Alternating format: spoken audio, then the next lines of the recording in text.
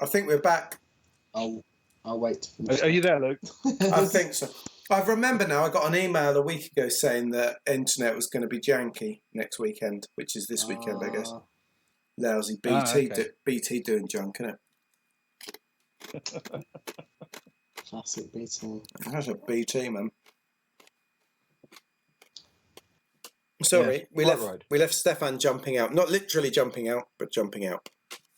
Yeah. Yes. Okay. So you are at the top of this very large snowbank, which stretches down both directions in our sort of virtual orientation of the ship. That would be either towards the port or the starboard side, but in reality, downwards as far as the gravity on the ship is concerned. Yeah. He'll just throw one handle of the duffel bag over each shoulder and sort of wear it like a backpack and just sit down at the very top and just scrunch up some snow and just take a moment. Okay. Ah, All right. whimsical. Yeah.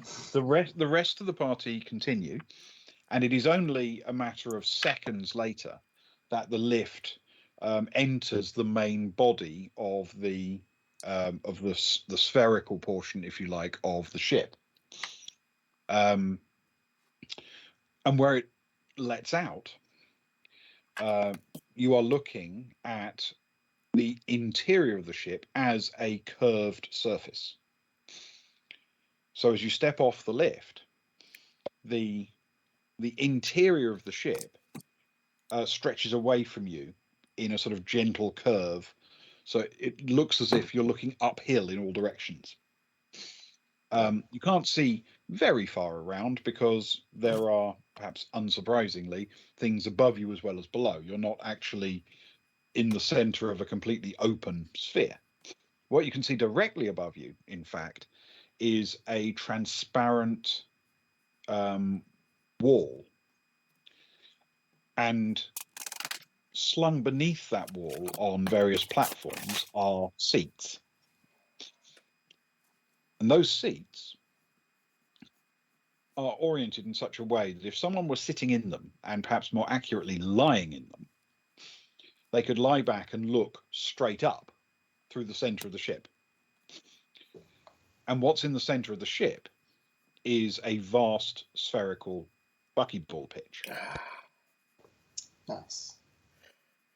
So in order to take your seat, you would climb to one of these platforms which have seats on them.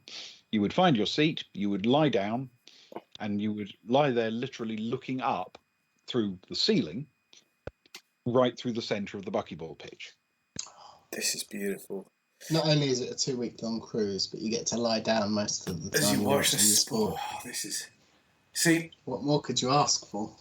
For Soraya in her travels and her youth, she's been to many buckyball pitches on sort of, you know, the ships that travel more on the outskirts.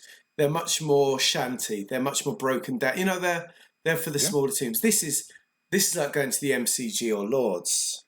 This for her, this is a bit of a... It's the big leagues. This is special. She's never been to something quite so good. So as a fan of the sport, it does take a breath away. Even before we've gone up to the actual pitch herself, just seeing the scale inside is quite special. It's quite special. Okay. Around you, there are lots of staff offering to help find your way to your accommodation, of course. And there are people wandering off in random directions, following signs and things of that nature. There's a sort of chart on the wall which explains how the majority of the ship is laid out. Broadly speaking, the staterooms are beneath your feet now. They are closer to the outside of the sphere.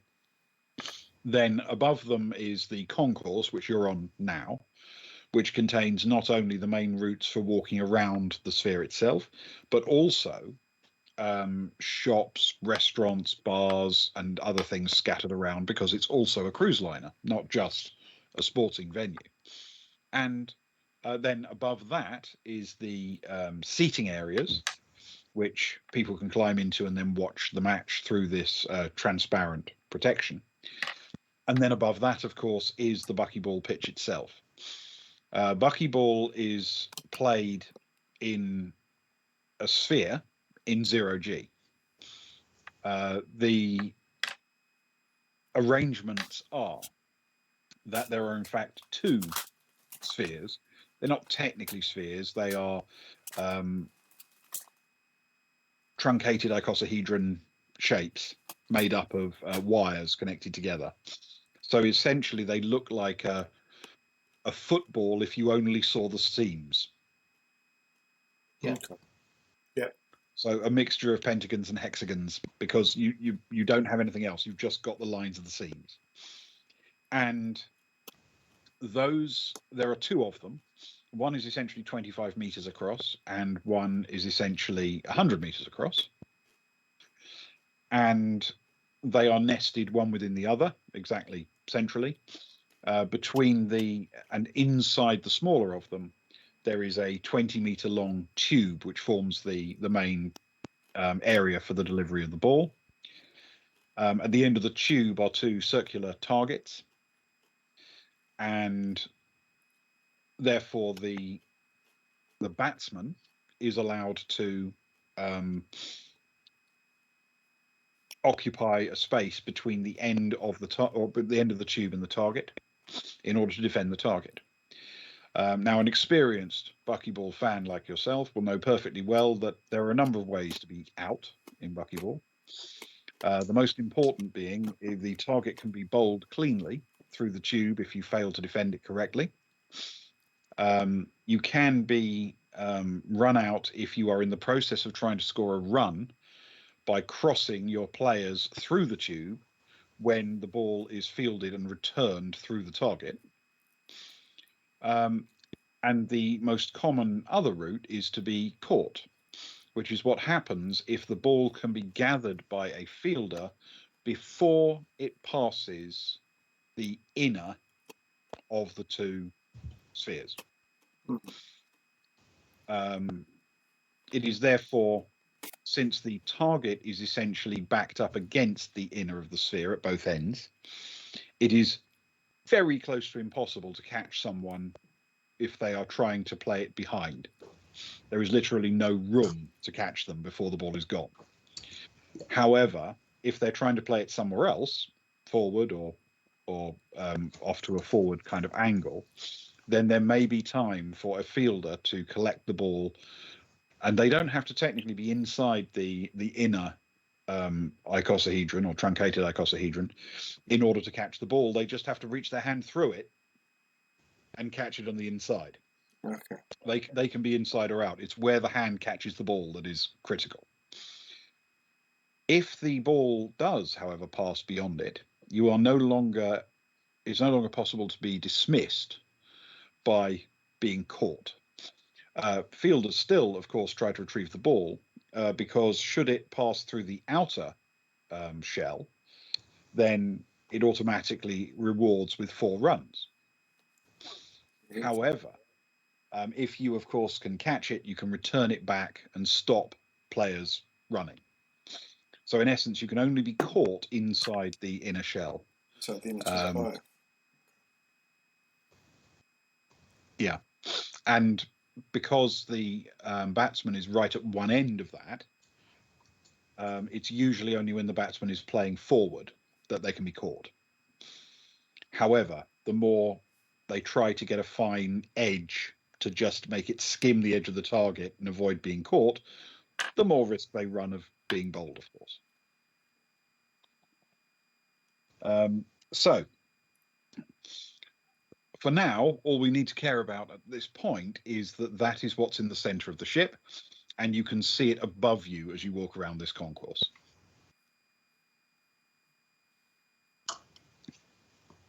So as we look up, it's the seats basically, and through the seats we're seeing the magic. Yeah, through the framework of the seats, there is then a sort of transparent protective wall, which separates the environment in the actual playing area from the environment in the seating. Because of the nature of the game, buckyball is played in a very, very tightly controlled atmospheric condition. The outer that transparent shield is also used to completely prevent the transmission of any of the gravity plate energy into the center. So the center of the ship is truly 0G. Additionally, it prevents people getting hit by the ball, obviously. That's part of the fun of going to sports games. But it also allows for them to control things like the humidity and temperature in the center very, very closely, because there are strict rules about the exact humidity and temperature at which buckyball has to be played. It turns out that depending on the temperature and depending on the humidity, things like the effectiveness of the spin you put on the ball can be very different. So it is important to make sure that every pitch plays as best they can the same way and gives a fair balance of play to the bowler and the batsman, not giving the bowler too much swing and not giving the batsman too easy a time. So Soraya, she loves it, but she's going to sniff a bit about it because she's almost a reverse snob. And she'll be like, she'll sort of point out to the rest of the crew that don't really care. I guess she'll focus a lot on, let's be honest, Sutter is the main man right now. So he's going to, you can't trust Furlow because he's a Barcelona supporter, basically. Yeah. She's going to pull up Sutter and sort of Apologies to any Barcelona fans. sniff a bit and say, it's always too good. You know, the lower leagues, they don't provide quite this much of levelling. You've got to work much more with your skills and not rely on the environment. Yeah. At this level, you're dealing with, perfectly manicured pitches, so to speak. They are trying very hard to make it a completely fair playing field. Yeah. The rules do specify exactly these kinds of conditions, but it isn't always possible in a cheaper orbital station to maintain everything perfectly. Some of them have slightly oddly shaped boundaries and pitch sizes. Some of them aren't perfect at maintaining the humidity the way they should. She's a little bit drunk because of Richard Davis. May his spirit live on his party. The leaving do. So she's a bit drunk. So she's a bit too loud, and she sort of shouts out loud a bit, like, "Even I could score a load of runs on a pitch like this." Dave fancy pitches, not like the good old pitches in the thingy. She absolutely loves it, of course, but she's just getting a bit too into it. And she's like, right, let's go find our rooms. Temple, I hope we've got some nice ones. You are directed around the curve, heading forward in the ship. However, the sense you get, of course, is that gravity is always towards the center of that sphere. So, though technically you're moving forward in the ship, as far as you're concerned, you're just walking on a curved but weirdly flat surface. And as you walk out, you're getting closer and closer to the part of the seam, if you like, which is right on the port and starboard sides of the ship. And right in the seam are at that point, are arguably the best seats in the house, because they are the ones that are lined up with the targets at each end of the central tube. They obviously give you the best view of the line of the ball, of the behavior, and accordingly, they are higher value. Because of the thickness of the seam as well, there is more depth to the stateroom areas there. And so they tend to be the more luxurious staterooms. And it is indeed in the port side of the seam that you find your accommodations. In luxurious rooms? I'd say we need to be friends with posh rich people too often. Can I just point out how Soraya was like, "Oh, this pitch is far too good." Back in the Sawdust leagues, you make your own luck and you use your own skill. I hope we've got the best rooms. The best rooms. You can respect the game for the low level, but the arts. I want a bit of aircon in my room, mate. Yeah. No, I get it, man. I get it. I'm there for it. How quickly I'm pulled out on my hypocrisy. Can't get away with that here. Once you reach that little area, you glance up as you are shown to your sort of lift that will take you down into the stateroom area. If you stand next to that lift and look up, you are looking so tightly towards that perfect line between the targets that it looks as if the targets are exactly aligned. There is no angle at all on them. Oh, keep talking. You're talking my language now, man. My room's my stateroom is that close to that perfect line. Your stateroom's entrance is directly underneath that perfect line. I'm like butter in your hands right now. Imagine if you essentially had a little holiday home built directly on those steps leading up to the long room. Oh, my knees are gone a bit. Soraya's knees have gone a bit weak. Imagine that's the view out of your window. That's the room she's taking. I don't know how many staterooms we've got and how it's split, but that's one she's taken. She's straining through that door. Well, once you go down into the staterooms, of course, sadly, you will no longer be able to see the pitch. I've got to dump your bag somehow. I've got to get my blazer on, haven't I? I've got a hobnob.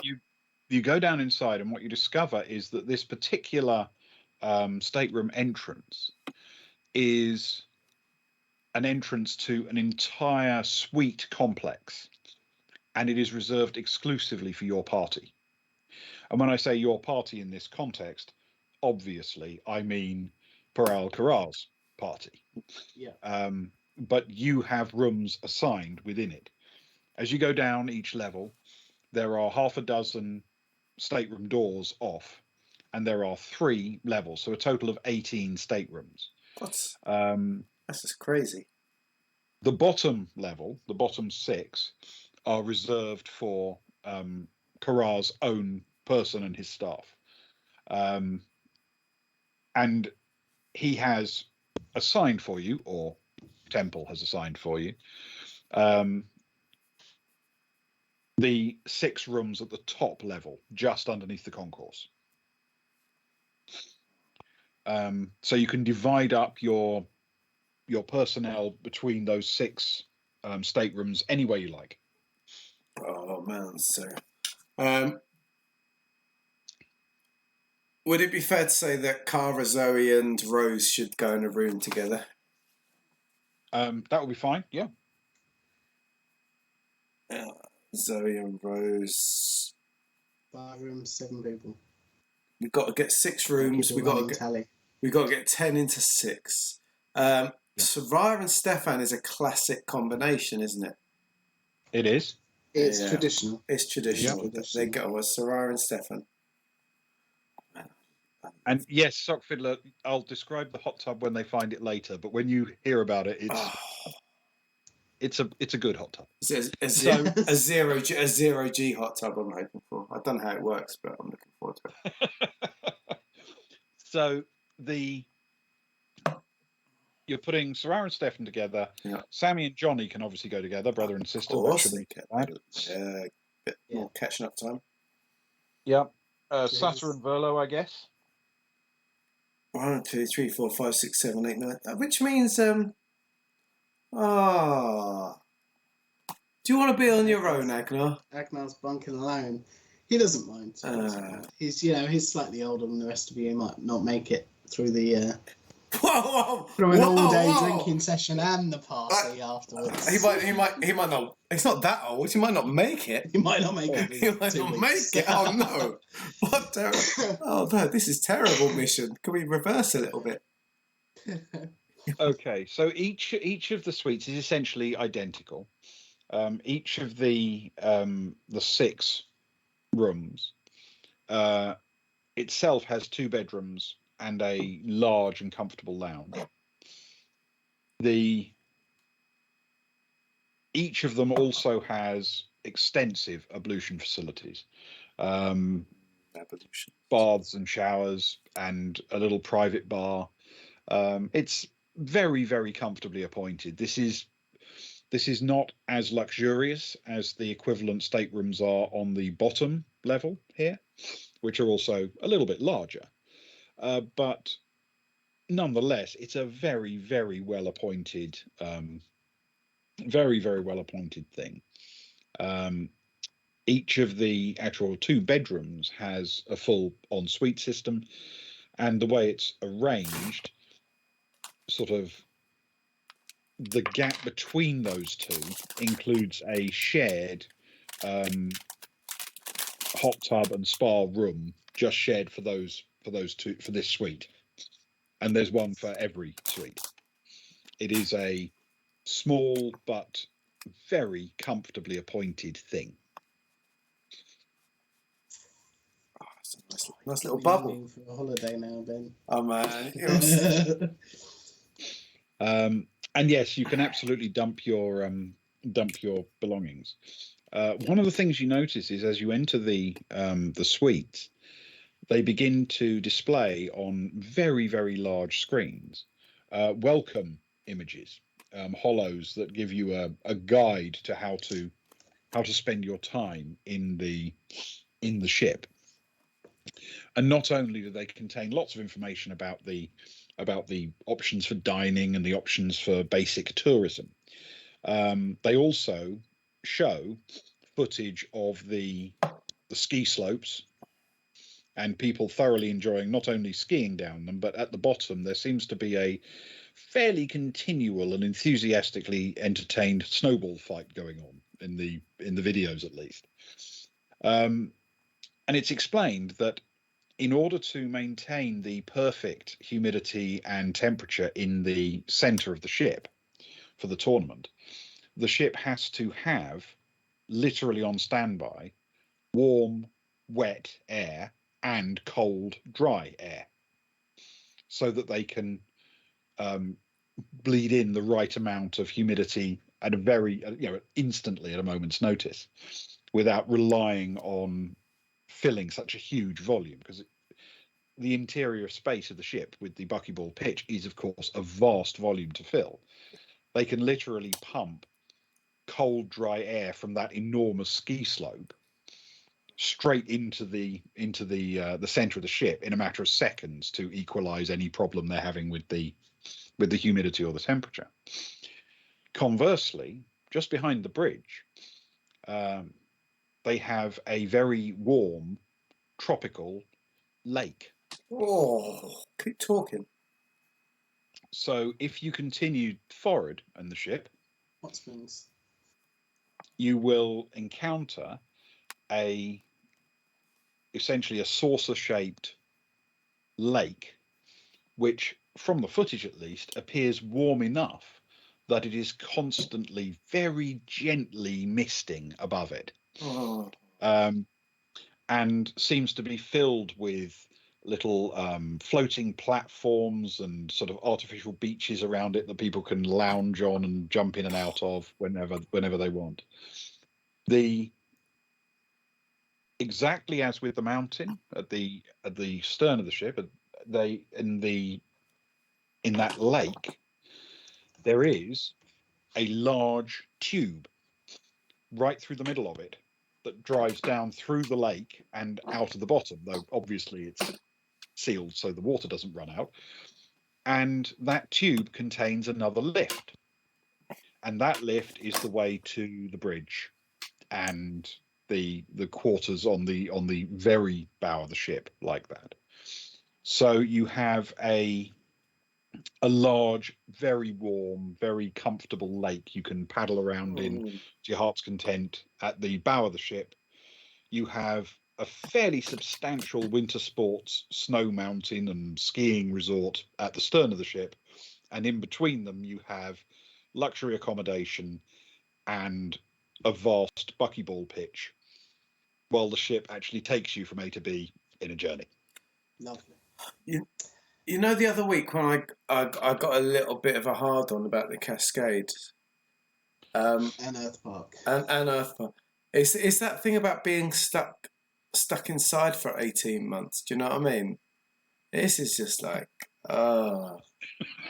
you could just keep yourself, Ben. You could just keep describing this for another few weeks. I'll just sit here and I'll close my eyes and I'll live vicariously through your descriptions. Quite frankly. Okay. Well, you then see that on the video, once it's sort of given you an introduction, it explains that the majority of the hemisphere, one side is reserved for the regular Giikur fans. The hemisphere, the other side, is reserved for the regular Dillabrew fans. You are in the seam, so in the area where the very wealthy, influential, and powerful turn up, and therefore they are enthusiastic supporters of the sport, the game, but not necessarily either of the teams. Oh no! They've ruined it now. You do, however, courtesy of Temple, who can take a hint when she sees that you've worn nothing but Giikur geeks t-shirts and hats and blazers. She has suggested that you might prefer the row of seats that lie literally the first one over the side of the hemisphere. So though your accommodation is directly in line with the end of the tube, your actual seats, she shifted one block over into the best seats that would be available to a regular but devoted Giikur fan. She's growing on me. I'm glad we didn't kill her. It's all worth it.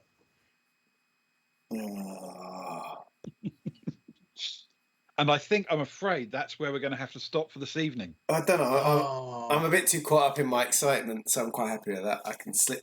I'll lie in bed and I'll close my eyes and imagine joy. It's better than dreaming of 101 ways that direwolves can kill you when we rejoin the stream next week.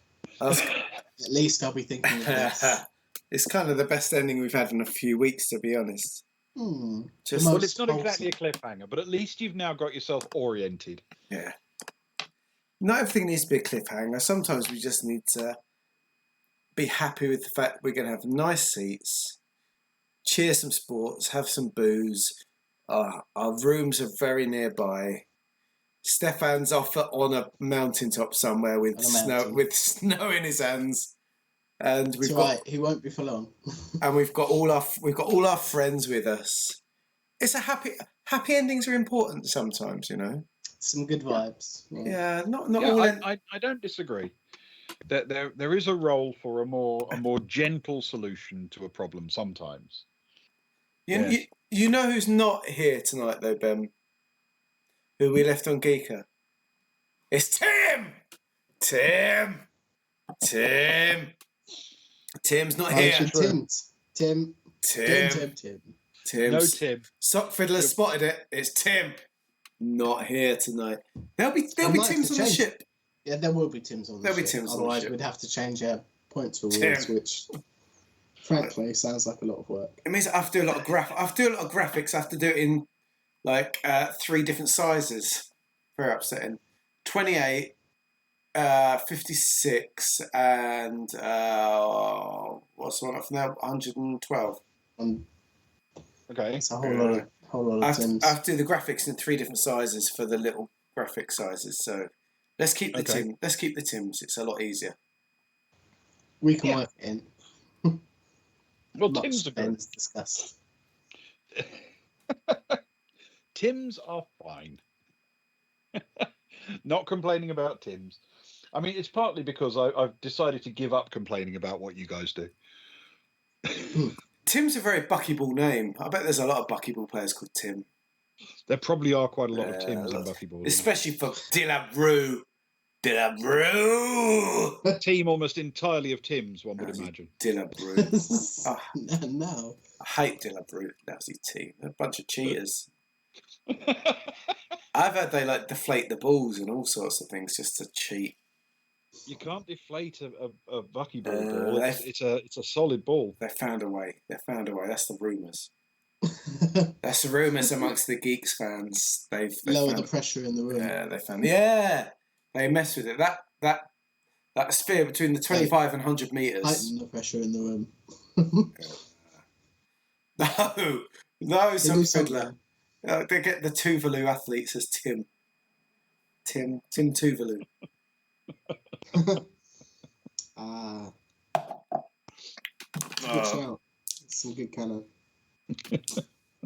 Well, I guess we're done for the evening. If it's just fiddles, we can head back to Discord, can't we? We can, yeah, unless anyone does want to redeem something at this point, because if they do, that's fine. If not, we can hold on to everything till next time. Yeah, absolutely.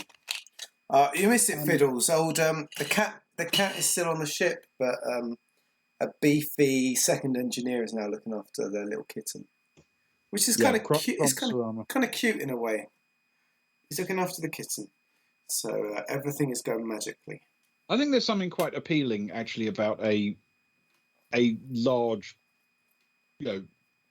workman taking care of a tiny kitten. I think there's something nice about that image. Yeah, if you're printing Athena posters, yes. Yeah, it's like those pictures of firemen rescuing kittens from burning houses and things, and vast fireman in all of his gear carrying out this bedraggled-looking kitten. Yeah, I agree. Beefy engineer with little kitten. Yes, most. Is that Fiddles knows? It'll be a third. It's tennis player scratching bum.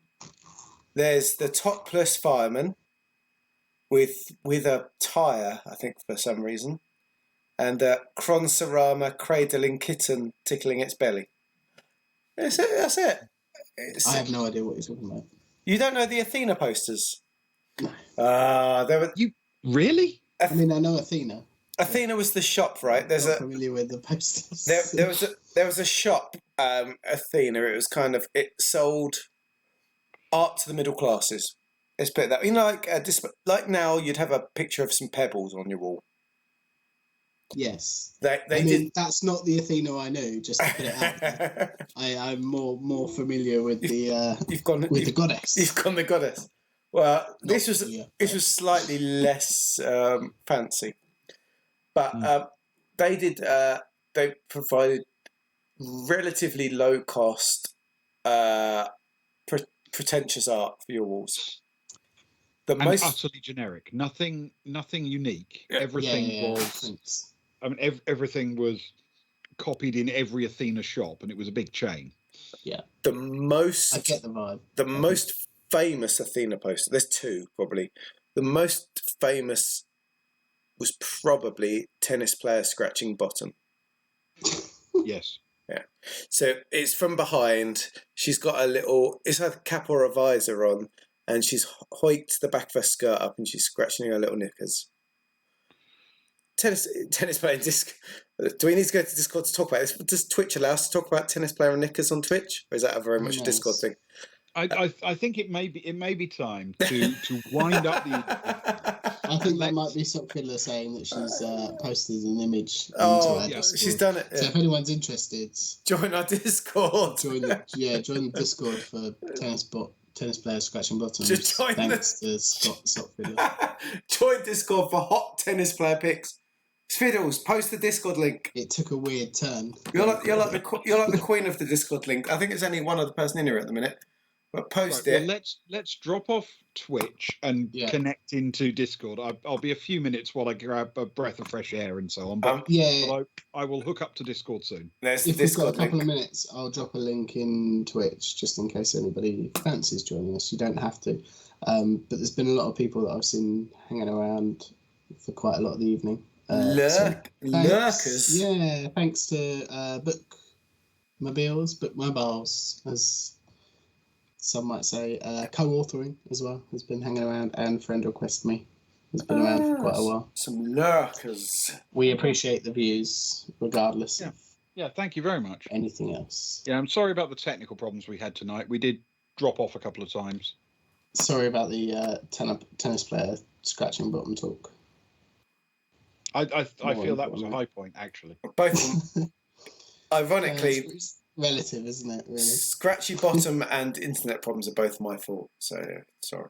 Yes, and Sockfiddler said, and learn about our interactive Olympic Games event next week. Yes, which is true. We haven't actually talked about in any detail, but we are on Thursday playing these weird dice-based variants of Olympic Games events. 6 events. It's going to be good, man. It's hexathlon. They're all good. Ben is playing Greece, so your athletes will be very familiar with the Athena that I know. not the trashy art shop, as I've now learned. Also, I think my athletes will be gymnasts and therefore will only play naked. I believe Ewan said we have to dress up. We have to dress up as our countries, don't we? I think Ewan decided that last week. So, and in exchange for subs, I promise not to get naked. So that's fair. Are you saying tubs for subs? Tubs for subs. Thank you to the person that just joined. We're just leaving, just in time to hear about Ben getting naked in a hot tub. But join us next week. It might happen. Otherwise, follow us to Discord. Hang on, I'll copy the link just in case you join. We're gonna banter on for a bit. Oh, I can't copy it. What's going on? Yes, we're going to move into a more text chat based mode now for just catching up and bantering with each other for a little bit, and then as long as we can bear to stay awake, I imagine. Yes, which might not be long for me actually. To hear the other two talk about tennis players. I'm quite a sleepy character tonight. But if it's tennis players scratching their bottom in Athena posters, we can talk about that for a little while. Hello, viewer number latest viewer. If you're interested, join us. If you're not, I don't blame you. It's a short context for how we got here. Fiddles, we're going to go full voicey voice, man. Get your voice on. Well, there we go. Yeah, why not? Well, you can argue with Ewan instead. Yeah. Why not spread the argues? Why argue with one when you can argue with at least two? Anybody else who fancies joining our Discord can come and argue with Ewan. As much as you want. Yeah. We all do anyway. So join us in arguing with Ewan and talking about tennis players scratching their bottom. It's the one redeeming feature of our Discord channel. With the wrongest of all the characters. The son's called Ewan. Double Ewans tonight. Strong double Ewans. There we go. It's like the Evans last night. It's weird. Suddenly they're turning up everywhere. But Evans watch you while you sleep. You don't watch people while they sleep, do you, Ewan? Not that I'm willing to admit to on the internet. To be fair, when I'm visiting someone who has a cat in their house, I do quite often watch cats while they sleep. I think they're quite endearing when they're sleeping. As is Luke. Yeah.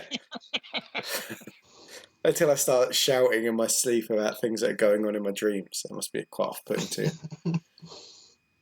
Well, yes, I'm going to drop off now then, and let's rejoin on Discord in a minute, okay?